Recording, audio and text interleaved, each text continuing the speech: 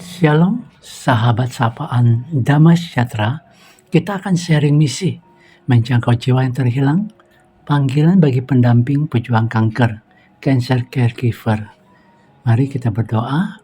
Bapa dalam surga, kami akan belajar dalam sharing ini bagaimana perjalanan dan perjuangan seorang pendamping pejuang kanker di dalam perjalanan pelayanan mereka. Dalam nama Tuhan Yesus kami berdoa. Amin. Firman Tuhan akan diambil dari Matius 9 ayat 36 sampai 38. Firman Tuhan berkata demikian, melihat orang banyak itu, tergeraklah hati Yesus oleh belas kasihan kepada mereka, karena mereka lelah dan terlantar seperti domba yang tidak bergembala. Maka katanya kepada murid-muridnya, tuayan memang banyak, tetapi pekerja sedikit. Karena itu mintalah kepada Tuhan yang mempunyai tuayan, supaya ia mengirimkan pekerja-pekerja untuk tuayan itu. Sama yang dikasih Tuhan Yesus, ketika seseorang menerima diagnosa kanker, yang terguncang bukan hanya tubuhnya, tetapi seluruh kehidupan orang tersebut ikut terguncang, termasuk juga keluarganya. Ada ketakutan terhadap rasa sakit, ada kecemasan mengenai biaya pengobatan yang besar, ada kekhawatiran terhadap keluarga, ada pula pertanyaan-pertanyaan yang mungkin tidak berani diucapkan, seperti apakah saya masih mempunyai harapan, apakah Tuhan masih memperdulikan saya, mengapa Tuhan mengizinkan semua terjadi, dan masih banyak lagi pertanyaan. Nah, di tengah keadaan seperti itu, seorang pejuang kanker membutuhkan pengobatan, namun ia juga membutuhkan seorang yang bersedia hadir, mendengar, menguatkan, dan berjalan bersama. Disinilah panggilan seorang cancer caregiver menjadi sangat berarti. Dalam Matius 9 ayat 36, ada 3 hal yang dilakukan oleh Yesus. Yesus melihat, Tuhan Yesus tergerak hatinya, dan Tuhan Yesus bertindak. Jadi Tuhan Yesus tidak hanya melihat penyakit atau masalah yang tampak dari luar. Ia melihat manusia secara utuh. Dia melihat kelelahan, ketakutan, kesepian, dan kebutuhan rohani mereka. Demikian juga ketika kita mendampingi seorang pejuang kanker, kita tidak hanya melihat pasien di diagnosis hasil laboratorium dan jadwal kemoterapi atau radioterapi. Kita melihat seorang pribadi yang berharga dan dikasihi Tuhan. Mereka bisa saja seorang ayah, seorang ibu, seorang suami, seorang istri, anak, atau saudara, atau sahabat. Di balik tubuh yang sedang berjuang, ada jiwa yang membutuhkan kasih, penerimaan, pengharapan, dan keselamatan di dalam Yesus. Namun kita perlu memahami bahwa menjangkau jiwa bukan berarti memanfaatkan keadaan seseorang yang sedang lemah untuk memaksakan keyakinan kita. Menjangkau jiwa berarti menghadirkan kasih Kristus yang tulus, lembut, dan penuh pengharapan. Sama yang dikasih Tuhan Yesus, bagaimana kita dapat melakukannya? Nah, mari kita mengingat satu kata sederhana yang membantu kita. Hadir, H-A-D-I-R. Hampiri dengan kasih, ya, dengan belas kasihan. Pelayanan dimulai ketika kita bersedia mendekat. Jangan menunggu sampai kita punya atau mempunyai kata-kata yang sempurna. Kadang-kadang kehadiran kita lebih berarti daripada nasihat yang panjang. Kita dapat mengirim pesan sederhana. Ya, bagaimana keadaanmu hari ini? Apakah ada yang bisa saya bantu? Saya ingin menemanimu jika kamu berkenan. Kita datang bukan karena merasa lebih kuat atau lebih rohani.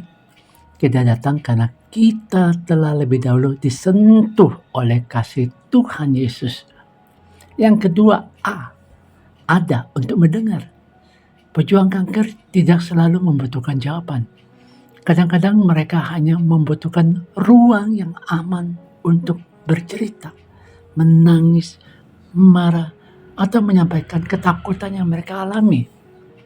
Maka jangan cepat atau jangan terlalu cepat berkata, kamu pasti sembuh. Jangan takut. kamu harus lebih beriman. Walaupun bermaksud menguatkan, kata-kata seperti itu dapat membuat seseorang merasa bersalah karena ia masih merasa takut, sedih, dan bergumul seakan tidak beriman. Lebih baik kita berkata, saya mungkin tidak sepenuhnya memahami apa yang kamu rasakan, tetapi saya bersedia mendengar, membantu apa yang dapat saya bantu buat kamu. Mendengarkan dengan sabar adalah salah satu bentuk kasih yang paling nyata. D, yang ketiga, doa dengan persetujuan. Kita dapat bertanya dengan lembut, apakah kamu berkenan jika saya mendoakanmu? Pertanyaan ini sederhana tetapi sangat berarti. Kita menunjukkan perhatian sekaligus menghormati orang yang kita dampingi. Dalam doa, kita boleh saja memohon kesembuhan. Namun jangan memberi janji seolah-olah kita mengetahui dengan pasti bagaimana Tuhan akan bekerja. Pengharapan orang Kristen bukan hanya yakin bahwa keadaan akan selalu berjalan sesuai dengan keinginan kita. Pengharapan Kristen adalah keyakinan bahwa dalam keadaan apapun Tuhan tetap hadir. Tuhan tetap mengasihi, menopang, dan tidak meninggalkan kita. Yang ketiga, ingatkan tentang pengharapan dalam Kristus. Ketika hubungan sudah terbangun dan hati mereka mulai terbuka, kita dapat membagikan firman Tuhan atau menceritakan bagaimana Tuhan menolong kita melewati masa sulit.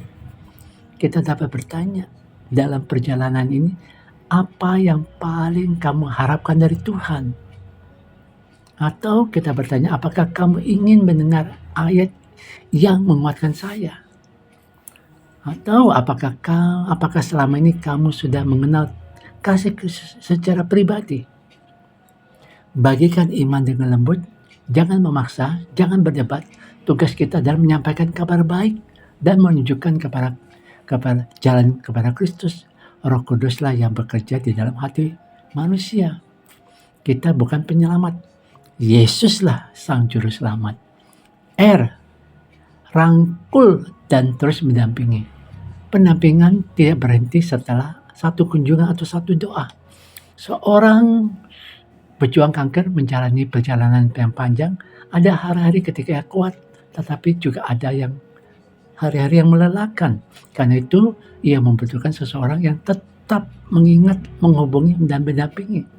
Tanyakan kabarnya kembali dan tetap membangun relasi yang dekat, intim dengan sahabat kita yang berjuang dengan kanker. Sahabat sama yang dikasih Tuhan Yesus, setelah melihat orang banyak, Yesus berkata, tuaian memang banyak, tetapi pekerja sedikit. Hari ini, orang-orang yang membutuhkan kasih dan pengharapan ada di sekitar kita. Mungkin mereka sedang berada di rumah sakit, menjalani kemo, radioterapi, menunggu hasil pemeriksaan, atau berjuang diam-diam di rumah. Pertanyaannya bukan hanya siapa yang akan menolong mereka. Pertanyaan adalah apakah saya bersedia melakukan bagian saya. Kita tidak harus menjadi dokter, menjadi pendeta, konselor untuk dipakai Tuhan. Kita dapat melakukan bagian sederhana. Satu orang untuk kita hubungi, satu cerita untuk kita dengar, satu kebutuhan untuk kita bantu, satu doa untuk kita naikkan, satu kesempatan untuk kita perkenalkan pengharapan dalam Kristus. Jadi sahabatnya kasih Tuhan Yesus, mari kita pakai diri kita untuk menjadi berkat Tuhan. Mari kita satu dalam doa. Tuhan Yesus, terima kasih. Tuhan memberkati setiap sahabat yang dipanggil Tuhan untuk melayani, menjadi alat Tuhan untuk mendengar, mendampingi mereka yang sedang berjuang di dalam kondisi sakit mereka. Dalam nama Tuhan Yesus kami berdoa dan mengucap syukur. Amin.